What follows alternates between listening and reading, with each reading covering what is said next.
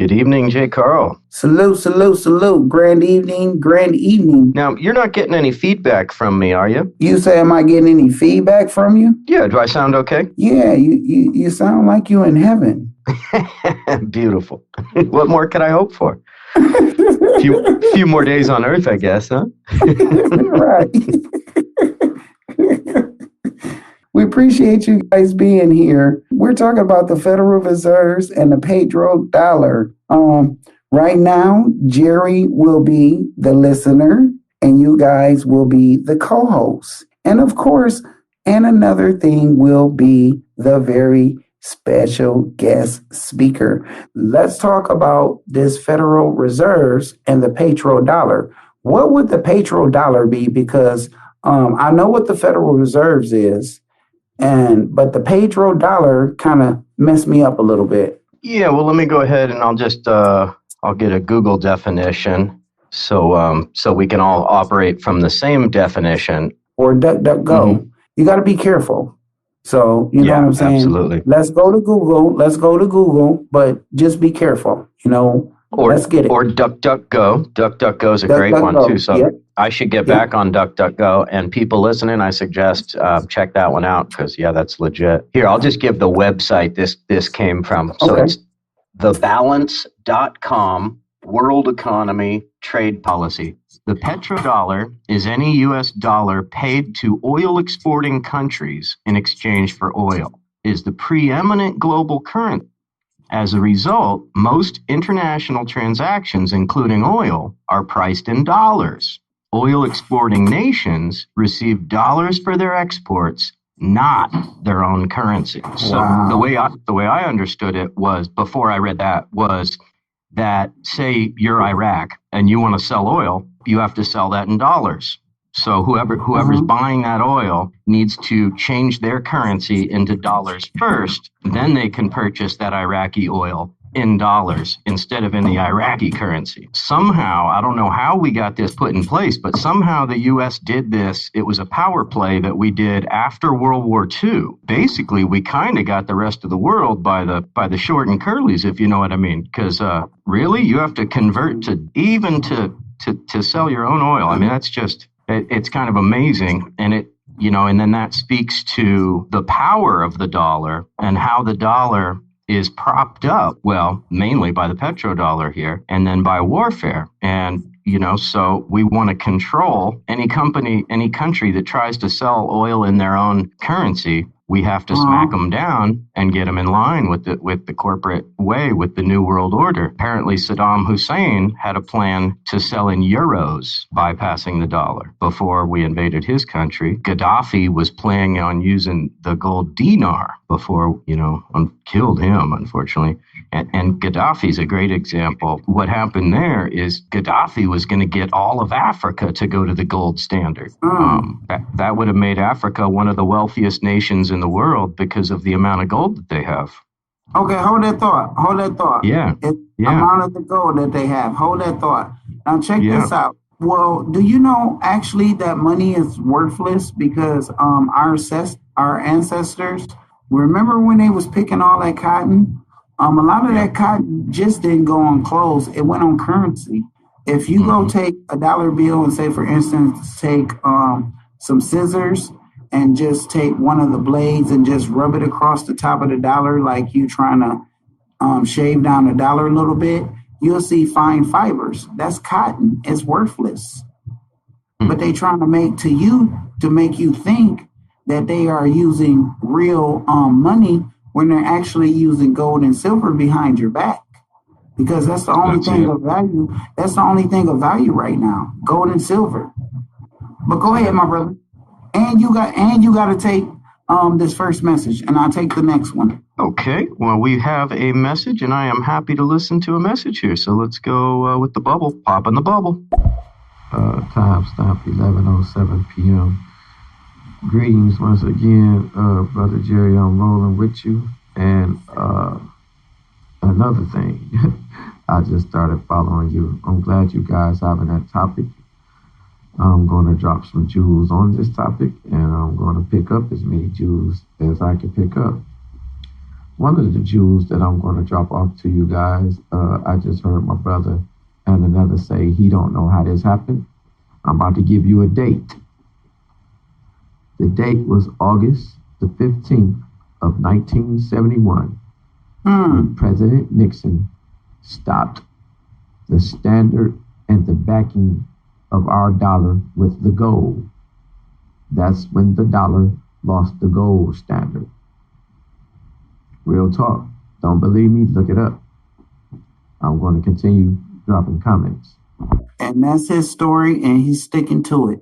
Boom. Well, fallback 313. Thank you so much. August 15th, 1971. I'm taking notes. So, any knowledge y'all drop, I'm taking notes so I can look it up online here. So I remember to comment because I respect everybody's opinion and input. One thing I just wanted to comment on that real quick, Jerry, and then I wanted to open up to any comments you might have, is Nixon canceled the gold standard. So basically our dollar is now what's called fiat currency, which is basically monopoly money. Yeah, we're on a board game right now, and you're absolutely right. That's why they call it the fiat dollar. It's going to combine the fiat dollar, the euro, and the yen. Check it out. Yes, ladies and gentlemen, the Federal Reserve is the biggest Ponzi scheme. If you guys don't know what Ponzi schemes are, it might sound familiar to you, but if you truly don't know what Ponzi schemes are, look it up. Google it, DuckDuckGo it, Bing it, whatever you got to do. Yes, the Federal Reserve is a giant Ponzi scheme. And they're also delivering us fiat currency, which means it's nothing. They're creating and printing this shit out of thin air. Real talk. That fiat currency is not being backed by the gold standard. It has no value. So like the brother was saying, with this Petro dollars, the reason why they're using our dollars instead of their dollars is because it would destroy our economy if they was using their dollars. Bam. Real talk, fallback. Thank you. As a matter of fact, that's it. That's why we're willing to go to war for this, right? You start talking about going outside the dollar. No, man, our Navy is on the way. I can guarantee you that. And I just want to comment real quick on what. And see, what people don't know, when it comes to the foreign country, they're allowed to seize assets. Well, I got news for you. Every last president has bloodline to one of those kings over there, like even Obama with Charlemagne and Prince Edward and this prince and that prince, all of European nature. You go back and look at all the bloodlines, and the Mormons, they keep those records of the bloodlines, like how Bush, all type of people got the same great grandfather, William Churchill, and all these Emma Hills, and all these rich people have the same bloodline. That's why in the Bible says the kings of the earth. It's not king period, it's talking about bloodline, because those people are kings through bloodlines. Holla, and all of them working together. And Trump and Hillary Clinton got the same, same like bloodline as well, going to some prince or some duke or something. I forgot the name, but man, look, the people even in the same secret societies, they had the same bloodline, they all Freemasonry. Look, we've been had, so no matter you pick the left or the right, the Jesuits and the Vatican is controlling both sides, the left and the right. That's why you'll see a picture now of Pope Francis in the back of Joe Biden, the picture he took. All of them have to go see the Pope. It went way back from Reagan to Carter. All of them people had to go see the Pope to kiss the finger. That's who's the real boss of all bosses right there. We're looking at the wrong people. Exactly. I agree.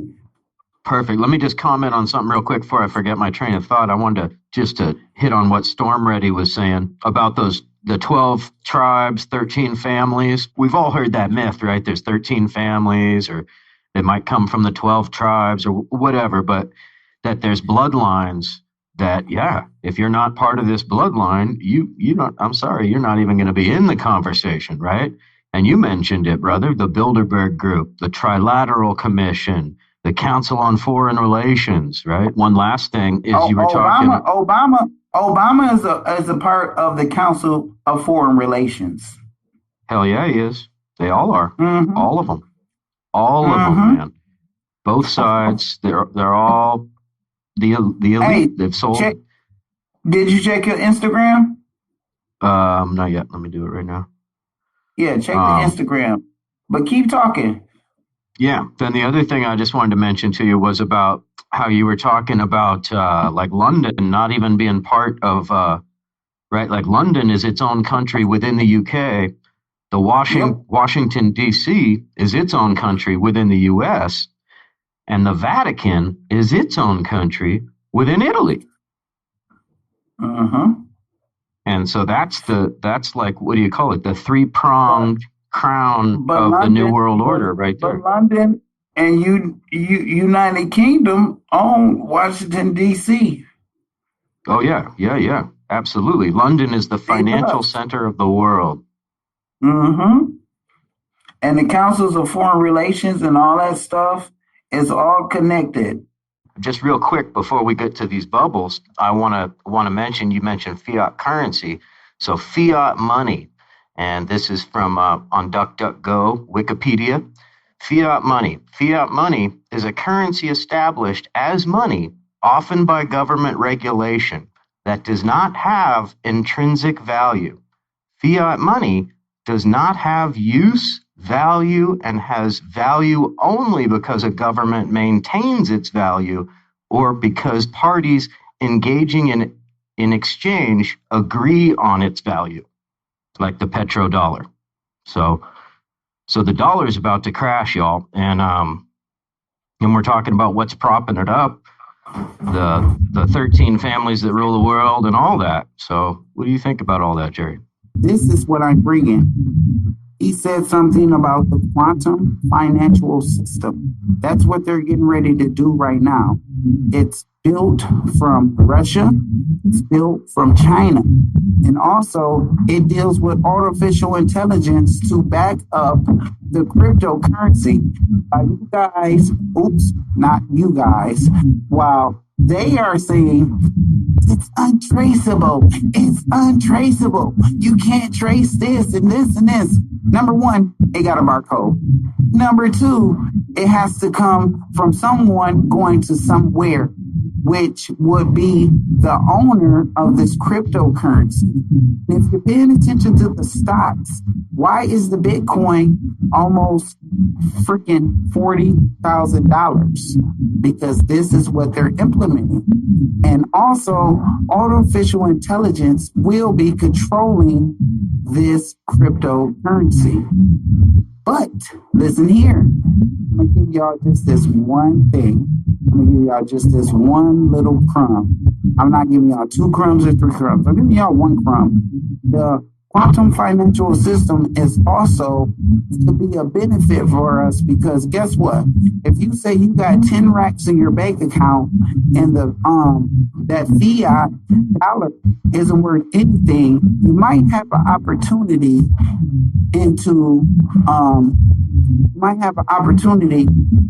to turn it into gold. So that way you can be on this quantum financial system programming that they're trying to start. So it might be a good benefit from that because they said they're doing this so that they can end the third parties and corruption of the overdrafts and all this other stuff. Go check that out, y'all. It's very interesting.